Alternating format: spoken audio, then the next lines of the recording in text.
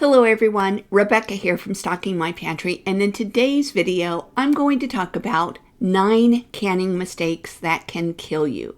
Now, if that thought scares you, it should. But the good news is there are super easy ways to avoid these mistakes, and you can have confidence knowing that you're canning safely every single time. So let's go ahead and dive in. Okay, so the first canning mistake you can make is making up your own canning recipes. This is especially true when you're first starting out.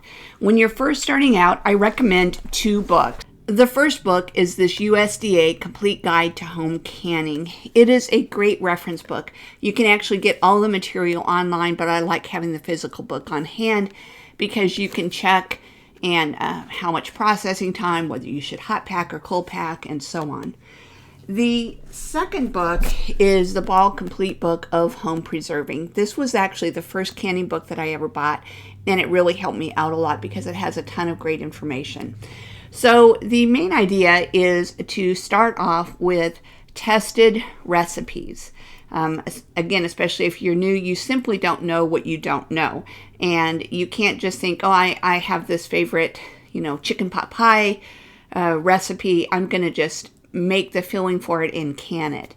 Interestingly enough, you can chicken pot pie filling, but there's a proper way to do it. So again, don't just look at your, let's say, all recipes or your grandma's, chicken pot pie filling recipe or something that you've always done and just think, oh, I'll just make that and I'll can that because my family loves it.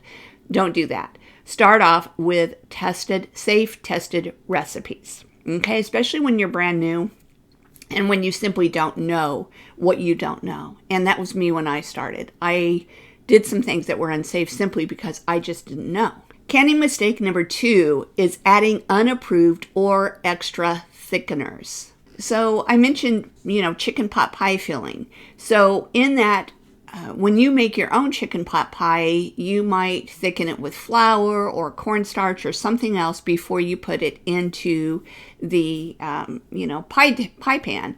And, that's great when you're actually serving it, but it doesn't work for canning. If you put thickeners, the wrong type of thickeners or too much thickener, it makes the recipe too dense, and because of that, it's not safe for canning. What that does is it keeps the heat from penetrating properly as it should, and then if the heat doesn't penetrate everything properly for the right amount of time, then it's unsafe for canning.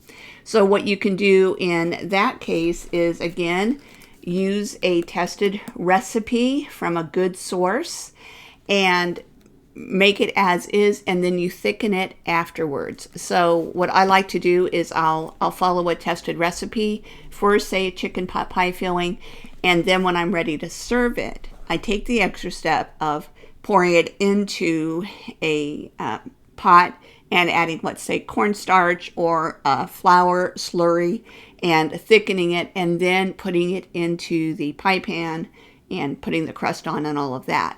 So yes, that is an extra step, but it's the way to be safe when you're canning. Now, interestingly enough, adding thickeners don't just apply to things like cornstarch and flour. It can also be other things, other starches, such as rice and noodles. You can safely use potatoes as a kind of natural thickening agent. But again, follow a safe canning recipe that uses potatoes. So for example, in a chicken pot pie filling, there may be potatoes, but if you're following a safe tested recipe, you're not going to have more potatoes than you should. Maybe so many potatoes and not enough liquid, let's say, as an example. So again, number 2, using too many or unapproved thickeners is a canning mistake that can kill you. Canning mistake number 3 is not adapting your recipes for altitude. Now, if you happen to live at an altitude of under 1,000 feet, you don't need to worry about it. But all canning recipes are geared for that altitude of under 1,000 feet. And you'll often see that canning recipes say adjusting for altitude. Now there's 2 basic ways to adjust for altitude. One is if you're pressure canning, it's the weight on your canner. If you're over 1,000 feet, you need to use a 15-pound weight for pressure. If you're under, then you can use a 10-pound weight. On the Nesco canner, the black valve is the 10-pound and the green is the 15-pound. But obviously you may be using a different type of canner, and you just need to make sure you use the right weight when pressure canning. Now, when water bath canning, you adapt for altitude by processing your recipe for a longer period of time. If you've watched any of my videos that are water bath, you have often heard me say that this recipe calls for a 15-minute processing time, but due to my altitude, I need to add 5 minutes, so I am processing it for 20 minutes. And I'm going to include a link to an article about how to adapt canning recipes for altitude so that you'll know exactly what to do based on your altitude. Because obviously the higher you go, the more time that you need to add on. And the reason for this is that water boils at a lower temperature the higher the altitude. So just because water is boiling doesn't mean it's at a high enough temperature to follow the standard processing time. Okay, so mistake number 3, not adapting for altitude. The fourth canning mistake that can kill you is trying to hurry up the cooling down process. Now, regardless of which type of canner that you use, it takes a while for it to cool down. Now, this is especially true with pressure canning. If you're using the Nesco canner, it says to wait at least an hour before you attempt to open the lid. I find that it often takes 90 minutes. And what you might be tempted to do is to take off the pressure valve, because then steam will come out and it'll cool down faster. But the interesting thing about it is that the times that are given for canning include the time that it takes to heat up and get things to pressure, and then also the time that it takes to cool down. That cooling down time is an important part of the processing time. So you don't want to do anything to hurry it up. And the important thing with this is when you're doing your canning, when you're planning out your canning, you need to look at the amount of processing time, and then I say for the Nesco, I allow 90 minutes of cool down time. So let's say it was a 90-minute, I was cooking a quarts of beans for 90 minutes, and the cool down would be 90 minutes. Right there, that's 180 minutes, 3 hours. That's not counting the time to prepare the beans. That's not counting the time to bring it up to pressure. So I don't want to start that project an hour before I'm going to bed, or 2 hours. Let's say it's 90 minutes and I think, I'll start it 2 hours before bedtime. I probably need to start it at least 4 hours before bedtime so that it finishes before I'm ready to go to bed. Or of course, if you were going to go to work, or you were, had someplace you wanted to go out and do something, just keep in mind the long amount of time that it takes to actually finish the process from start to finish, so that you're not tempted to hurry it along. Okay, so allowing it to cool down naturally. Don't do anything to hurry it up. If you try to hurry it up, you could make the recipe unsafe, and then it could harm you down the road when you go to open up those cans of beans or whatever it is that you've canned. Canning mistake number 5 is using the wrong type of canner. There are essentially 3 types of canners that are approved for home canning. There are pressure canners, which is what you need for low acid foods such as meat, beans, and vegetables.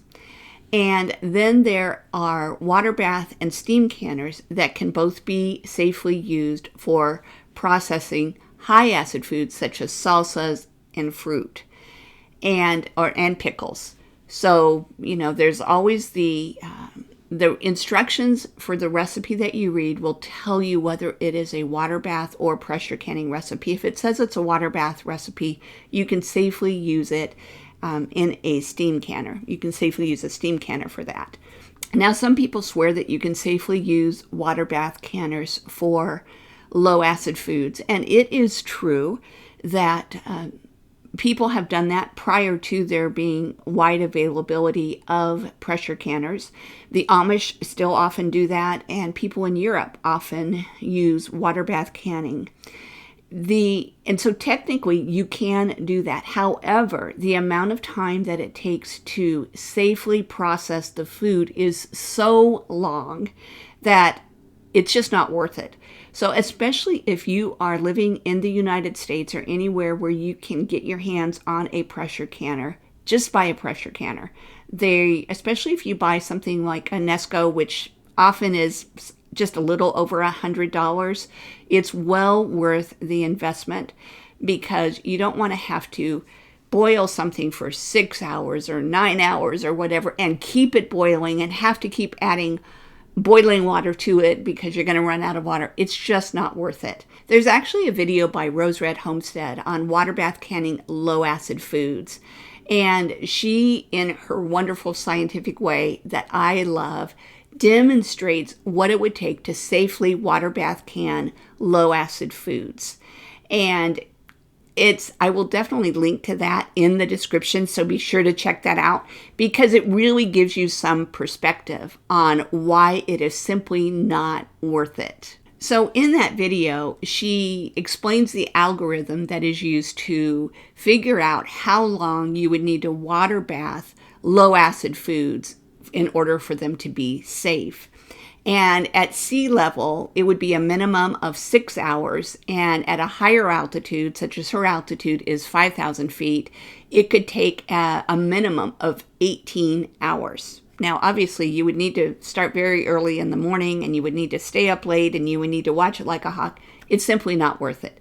So use the right type of canner for the type of food that you are processing. Canning mistake number 6 is using pressure cookers instead of pressure canners. A lot of times people confuse pressure cookers and pressure canners, and it's very important that you use a pressure canner instead of a pressure cooker. Now, there are some types of pressure canners that are also safe to pressure cook in, but they need to be not just a pressure cooker. They need to also be a pressure canner. So there are a couple of primary differences between pressure cookers and pressure canners. Pressure canners have minimum size requirements.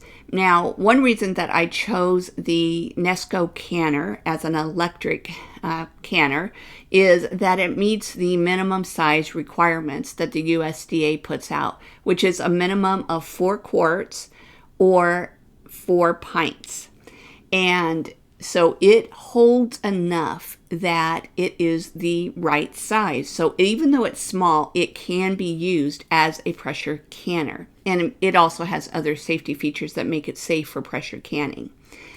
But some pressure cookers are small enough that they simply would not hold in the heat long enough. The heat would dissipate. I talked about not hurrying up the cooling down process. If the canner, or the cooker rather, cools down too quickly, then you're not going to process the food for the right amount of time because it cooled down too fast, and that makes it unsafe. So a smaller unit is not as safe as one that is larger, that's going to hold in the heat for a longer period of time. The other big difference between pressure cookers and pressure canners is that pressure canners regulate the amount of pressure. So as I've mentioned before, on the Nesco canner, you have a black valve and you have a green valve, and you depending on your altitude, you choose which valve to use. And that is because it needs to maintain a certain amount of pressure. If you're using a stovetop canner, such as I have a Presto stovetop canner, there's a different weight that you use. You would use 10 pounds of pressure for altitudes of 1,000 feet or less, and 15 for 1,000 feet or higher.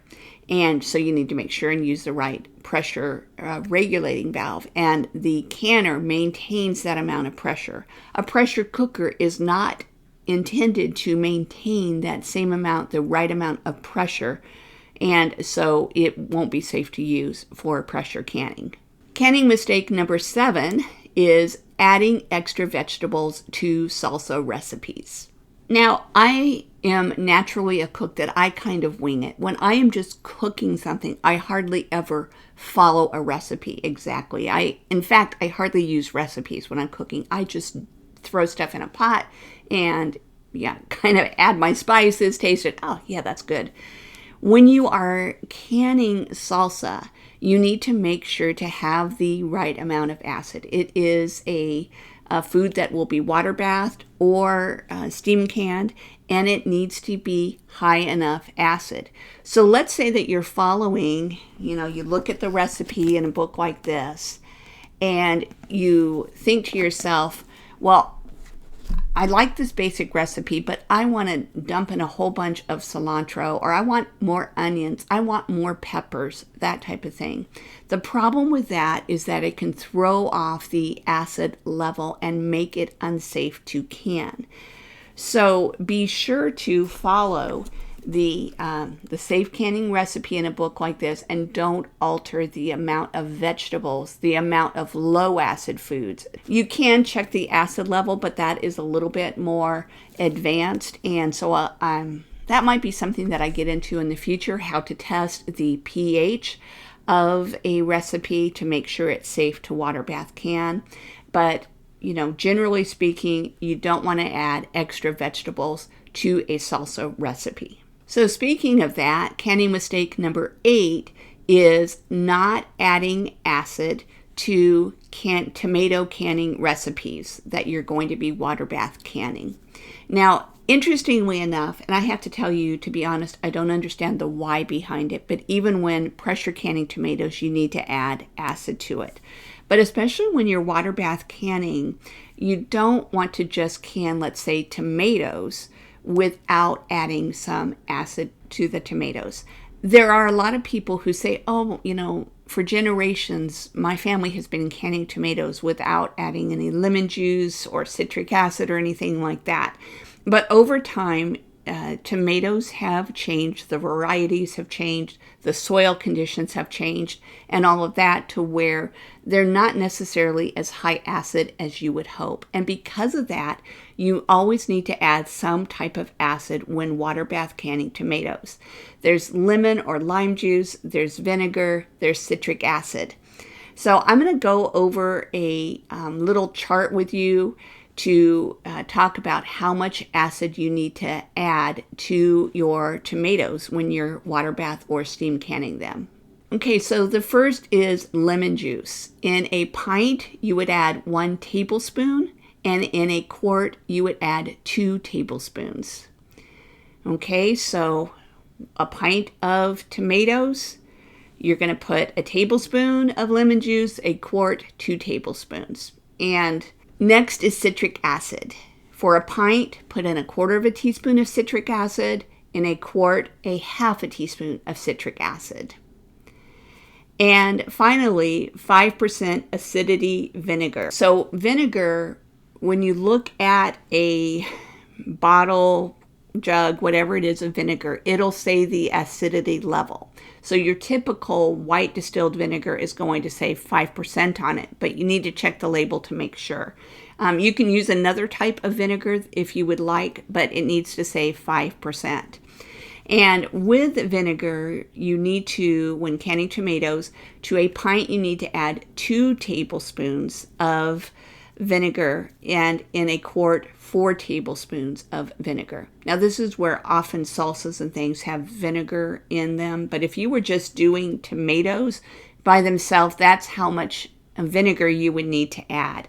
Now vinegar is very strong tasting, and if you didn't notice, the amount of vinegar compared to the amount of lemon juice, and you could also use lime juice, by the way, but the amount is double of vinegar, and that's because lemon and lime juice are a higher, more acidic than vinegar, believe it or not. I mean, it seems like vinegar is more acidic, but lemon and lime juice are. And by the way, when I'm speaking of lemon and lime juice, I am talking about commercially bottled lemon or lime juice that you buy at the store. If you just juice your own lemons or limes, the acidity level can differ between, one lemon or lime to another.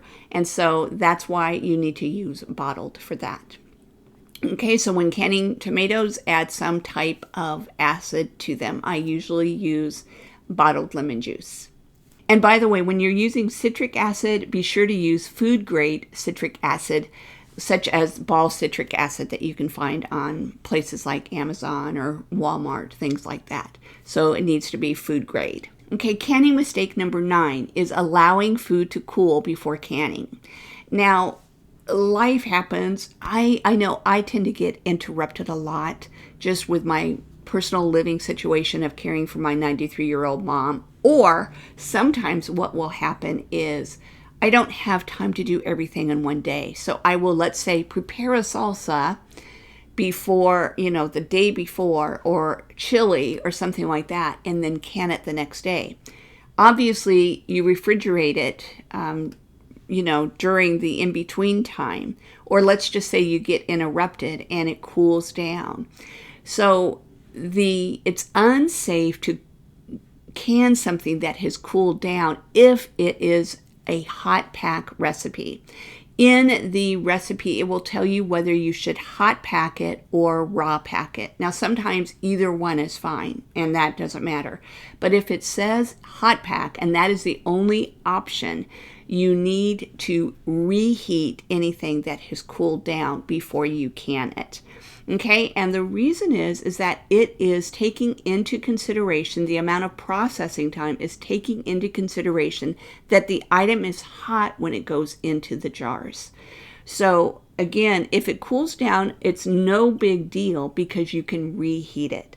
So as an example, if I put something into the refrigerator because I don't have time to can it right then, maybe I started in the morning and I have some stuff I have to do or whatever.